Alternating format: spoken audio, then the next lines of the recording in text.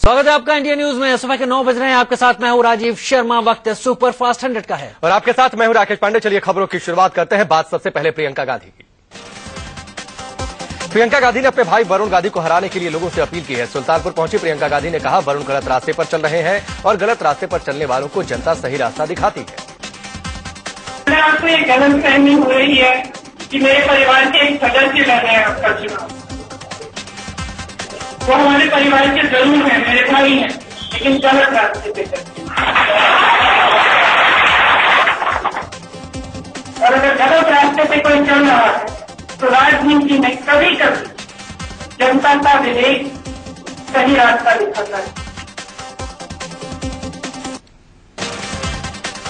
प्रियंका गांधी ने वरुण को अपने परिवार का सदस्य तो बताया, लेकिन कहा कि वो गलत रास्ते पर चल रहे हैं और ये परिवार के बड़ों की जिम्मेदारी है कि वो बताएं कि सही चीज क्या है। आप भी हमारे परिवार के सदस्य हैं।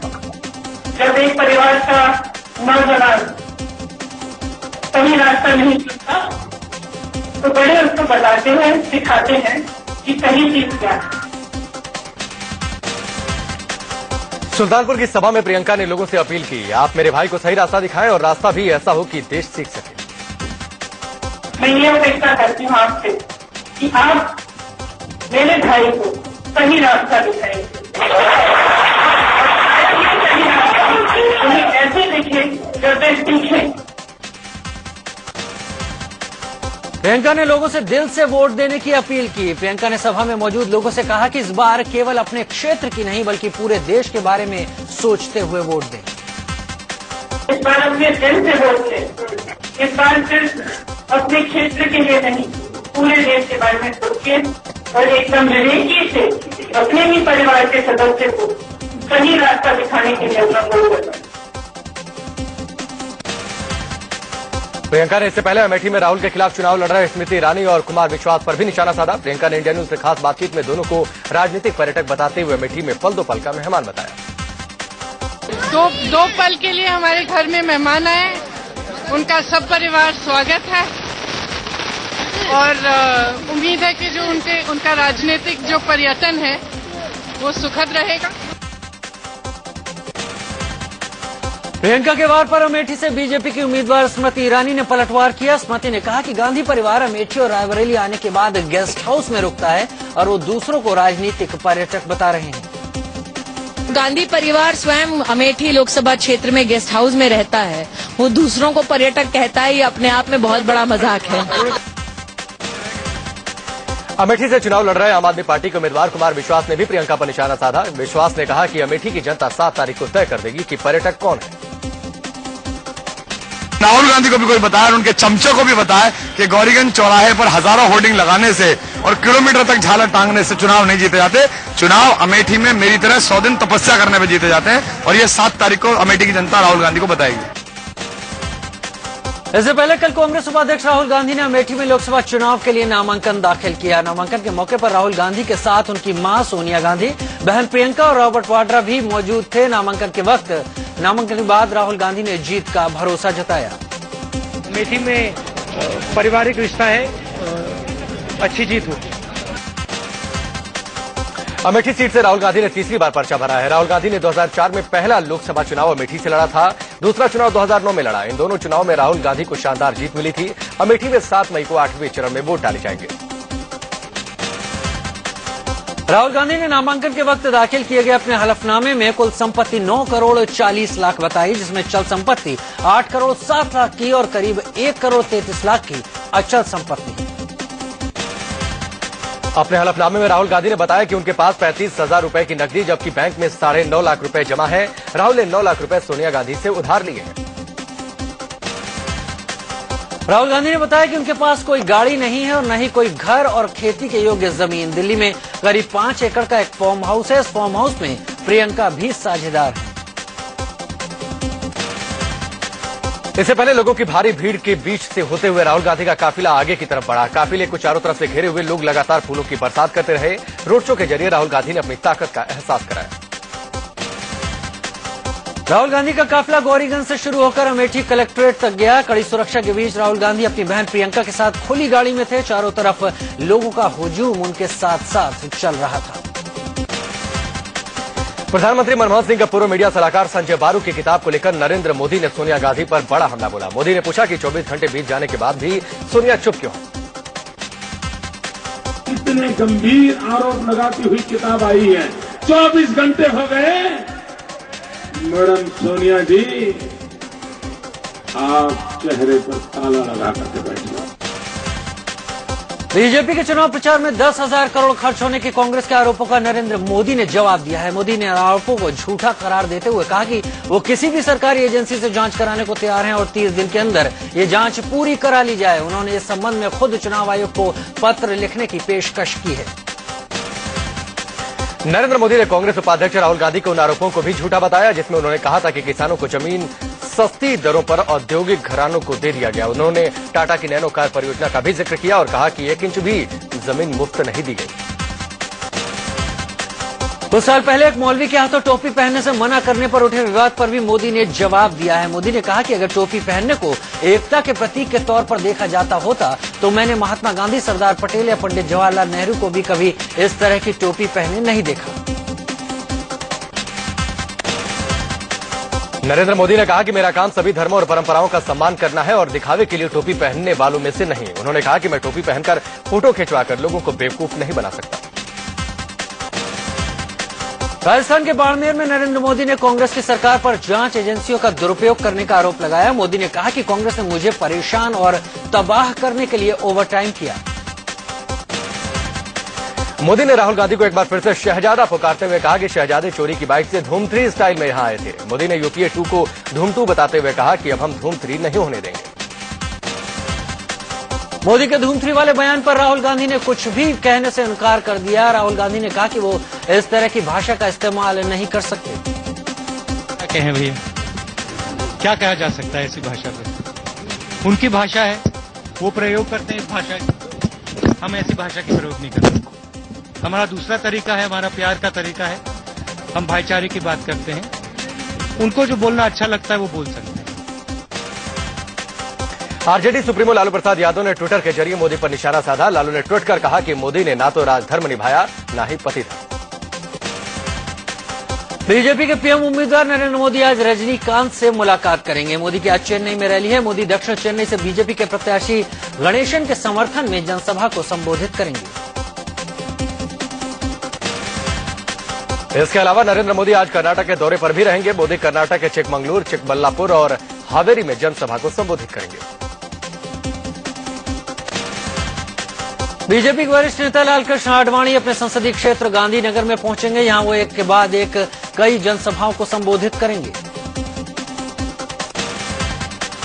बीजेपी के राष्ट्रीय अध्यक्ष राजनाथ सिंह 2 दिन के लखनऊ दौरे पर रहेंगे। आज राजनाथ सिंह कई चुनावी कार्यक्रमों में हिस्सा लेंगे। 14 अप्रैल को राजनाथ पार्टी के दफ्तर में प्रेस कॉन्फ्रेंस करेंगे। इसके बाद वो चुनावी सभाओं में शामिल होंगे।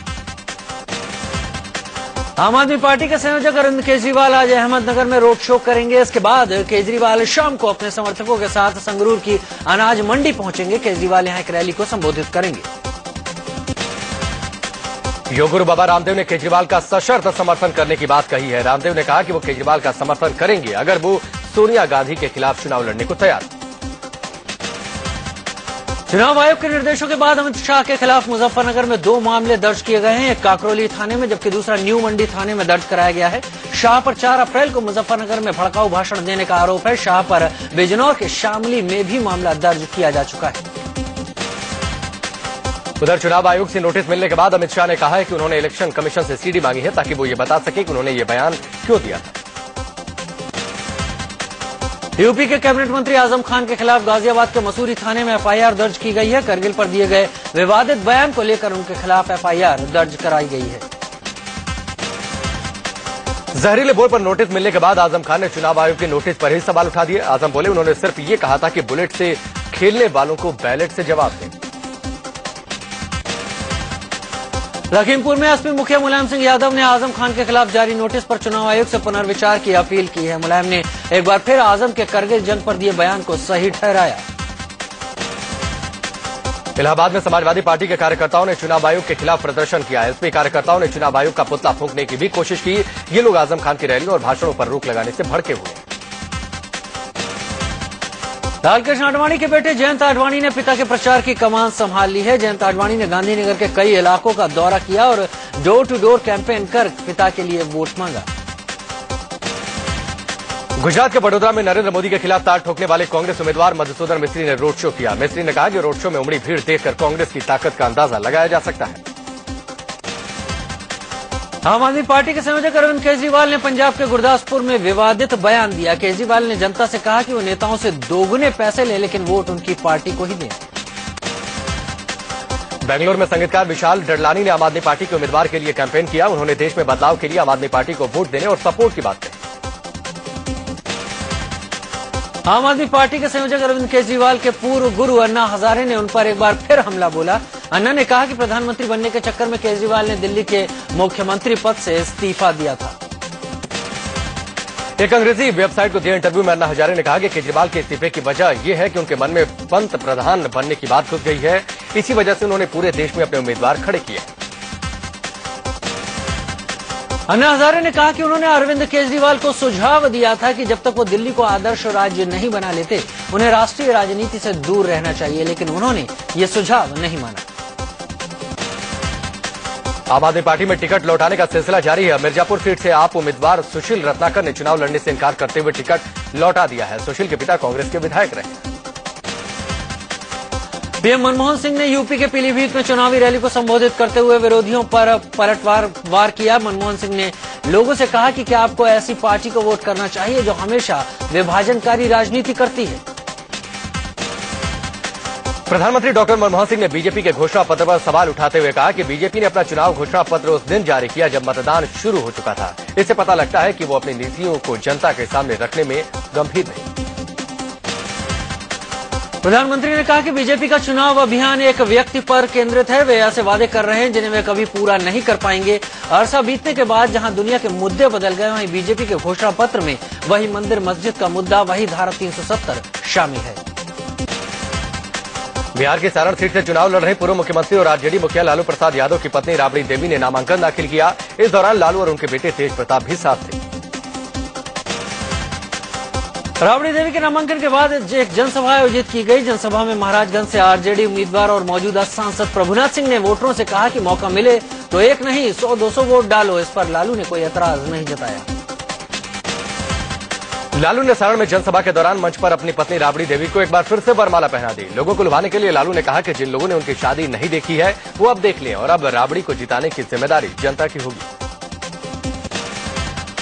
आजमगढ़ में समाजवादी पार्टी की महिला मोर्चा की प्रदेश अध्यक्ष लीलावती कुशवाहा ने पार्टी सुप्रीमो मुलायम सिंह यादव के रेप पर दिए बेतुके बयान का समर्थन किया है। एक बारात को यादगार बनाना कई लोगों को महंगा पड़ गया। 1 अप्रैल को वाराणसी के जैतपुरा में एक बारात से आम आदमी पार्टी की टोपी पहनाकर बारात निकालने के मामले में पुलिस ने एफआईआर दर्ज कर ली है।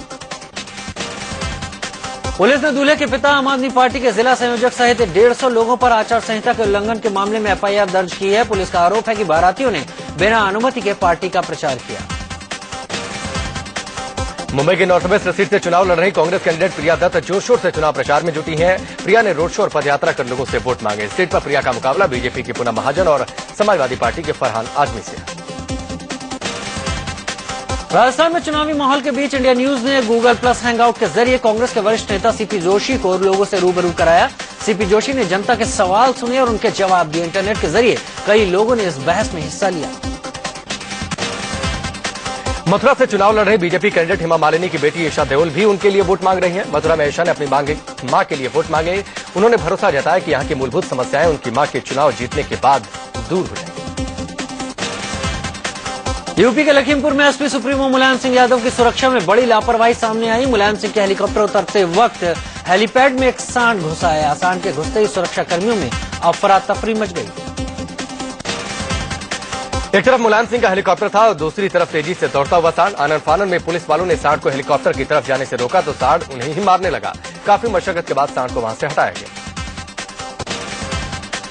बिहार की 5 लोकसभा सीट के 33 मतदान केंद्रों पर आज फिर से मतदान कराया जाएगा। औरंगाबाद, गया, काराकट, नवादा और जमुई के केंद्रों पर दोबारा मतदान होगा। इन लोकसभा सीटों पर 10 अप्रैल को मतदान हुआ था। आज यहां सुबह 7 से शाम बिहार की 5 लोकसभा सीट के 33 मतदान केंद्रों पर आज फिर से मतदान कराया जाएगा। औरंगाबाद, गया, काराकट, नवादा और जमुई के केंद्रों पर दोबारा मतदान होगा। इन लोकसभा सीटों पर 10 अप्रैल को मतदान हुआ था। आज यहां सुबह 7 से शाम 3 बजे तक वोट डाले जाएंगे।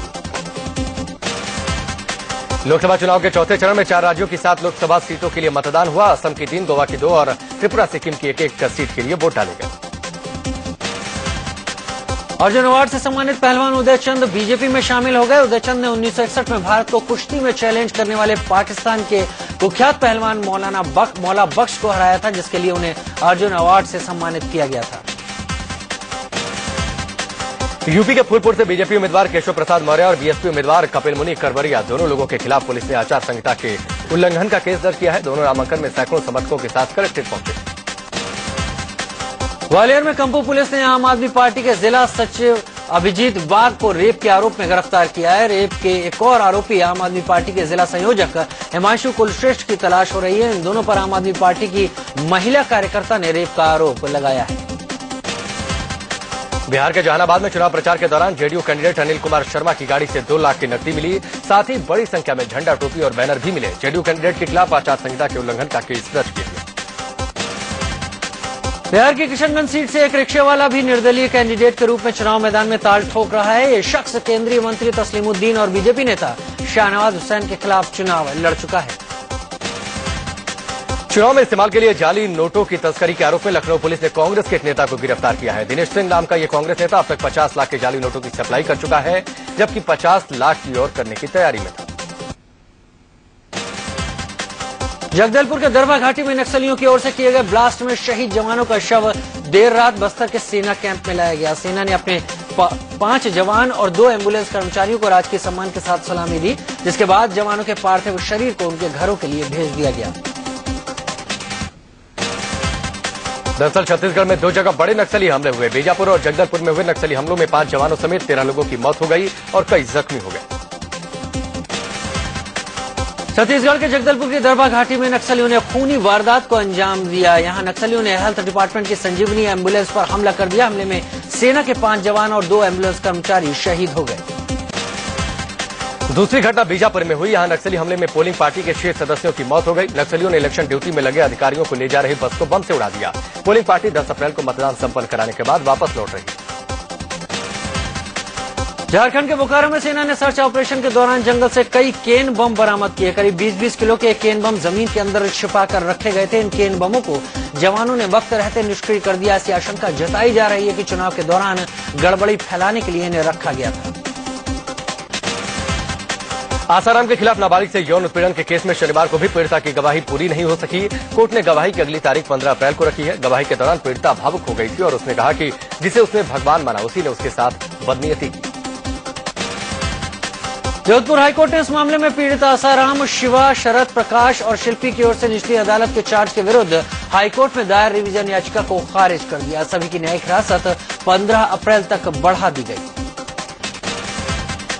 भारत ने परमाणु युद्ध सामग्री ले जाने में सक्षम देश में विकसित अग्नि 1 बैलिस्टिक मिसाइल का ओडिशा तट के पास सफल परीक्षण किया। इसकी मारक क्षमता 700 किलोमीटर तक है। ये पहला मौका है जब अग्नि 1 रात के समय दागी गई। इसके पहले 18 फरवरी और 19 फरवरी को इसका परीक्षण टाल दिया गया था। 12 टन वजनी और 15 मीटर लंबी ये मिसाइल 1000 किलोग्राम तक पेलोड ले जा सकती है। इसे सेना में पहले ही शामिल किया जा चुका है। दिल्ली के मॉरिस नगर इलाके में नॉर्थ ईस्ट के छात्रों से बदसलूकी का मामला सामने आया है। आरोप है कि शनिवार की देर रात कुछ लोगों ने इन छात्रों को जाति सूचक शब्द कहे। नॉर्थ ईस्ट के छात्रों का आरोप है कि पुलिस ने भी इनकी शिकायत नहीं सुनी। बाद में नॉर्थ ईस्ट सेल में मामला दर्ज हुआ तो पुलिस हरकत में आई। दिल्ली के नबी करीम इलाके में 7 साल की मासूम से छेड़छाड़ का मामला सामने आया है। बच्ची ने घर वालों को मामले की जानकारी दी तो पुलिस में रिपोर्ट दर्ज करवाई गई। पुलिस ने मामला दर्ज कर असगर नाम के आरोपी को गिरफ्तार कर लिया है। राजधानी दिल्ली में रसोई गैस का सिलेंडर फटने से 3 लोगों की मौत हो गई। मामला भजनपुरा का है, जहां खाना बनाते वक्त सिलेंडर में आग लग गई। जब तक लोग कुछ समझ पाते आग पूरे घर में फैल गई। हादसे के वक्त घर में 5 लोग मौजूद थे, जिसमें से 2 को बचा लिया गया। खंडवा में एक हाई प्रोफाइल ठगी का मामला सामने आया है। दरअसल 4 महीने से यहाँ एक व्यक्ति किराए पर रह रहा था और इस दौरान व्यापारियों से लाखों के पेट्रोलियम पदार्थों की खरीद बिक्री की, लेकिन सभी व्यापारियों को उसकी तरफ से दिया गया चेक बाउंस हो गया। दरअसल विपिन चंद्र नाम के इस ठग ने खंडवा के पते पर कई फर्जी पहचान पत्र बनवाकर इंडियन बैंक में करंट अकाउंट ओपन कराया था। उसने सभी व्यापारियों को खरीद बिक्री के एवज में चेक से भुगतान किया था, लेकिन एक एक कर सभी के चेक बाउंस हो गए। स्थानीय लोगों के मुताबिक विपिन चंद्र गुजरात का रहने वाला है और फिलहाल फरार है। पुलिस ने खंडवा और उसके आसपास के व्यापारियों की शिकायत पर केस दर्ज करते हुए जांच शुरू कर दी। आरोपी पर करीब 50 लाख की ठगी का आरोप है। मध्य प्रदेश के भिंड में जिला प्रशासन ने 440 अवैध हथियारों को नष्ट किया। ये सभी हथियार करीब 15 से 20 साल पुराने हैं, जो जिला प्रशासन के मालखाने में जंग खा रहे थे। इन्हें रोलर से कुचलकर तोड़ दिया गया।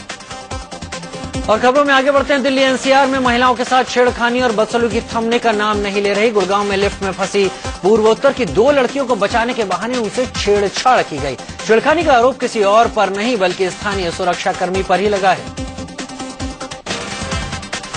घटना 9 अप्रैल की रात 12:30 बजे की है। High profile south city area में ये घटना घटी। आइवरी टावर्स में रहने वाली पूर्वोत्तर की लड़कियां जब अपने फ्लैट में लिफ्ट के जरिए जा रही थी तो अचानक लिफ्ट खराब हो गई। इस दौरान मदद के लिए आए सुरक्षाकर्मी ने उनके साथ छेड़छाड़ की।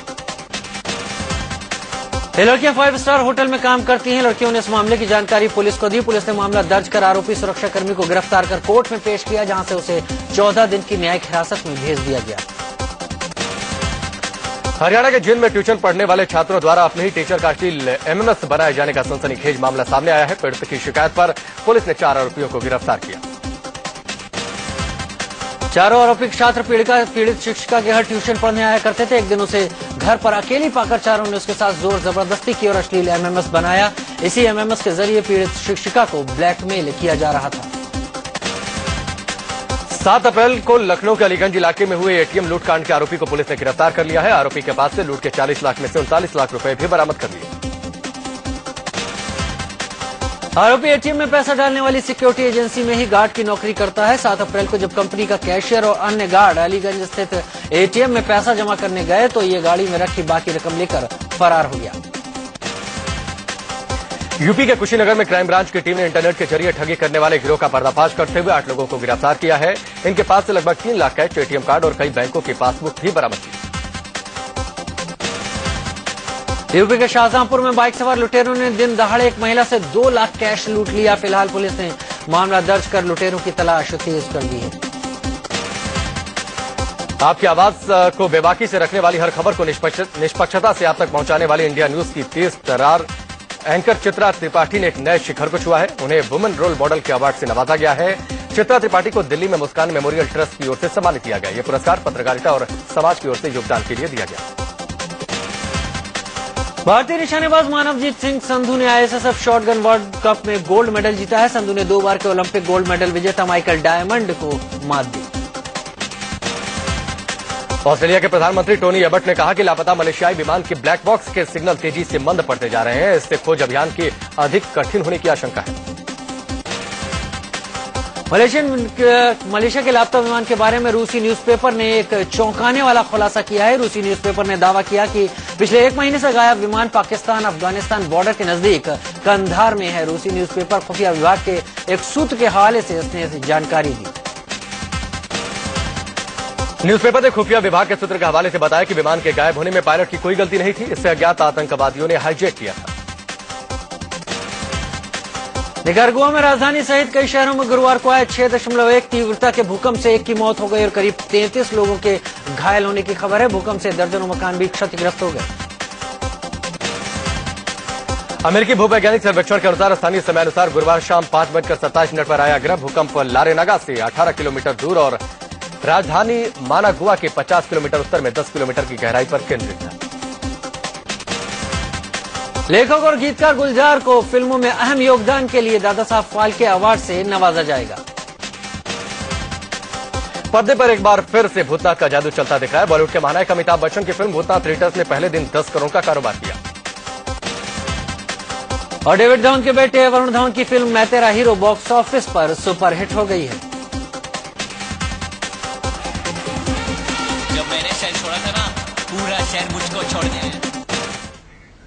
और चलिए इसी के साथ सुपरफास्ट 100 में हमारे साथ बस इतना ही। रुकेंगे ब्रेक के लिए और ब्रेक के बाद भी खबरों का सिलसिला जारी।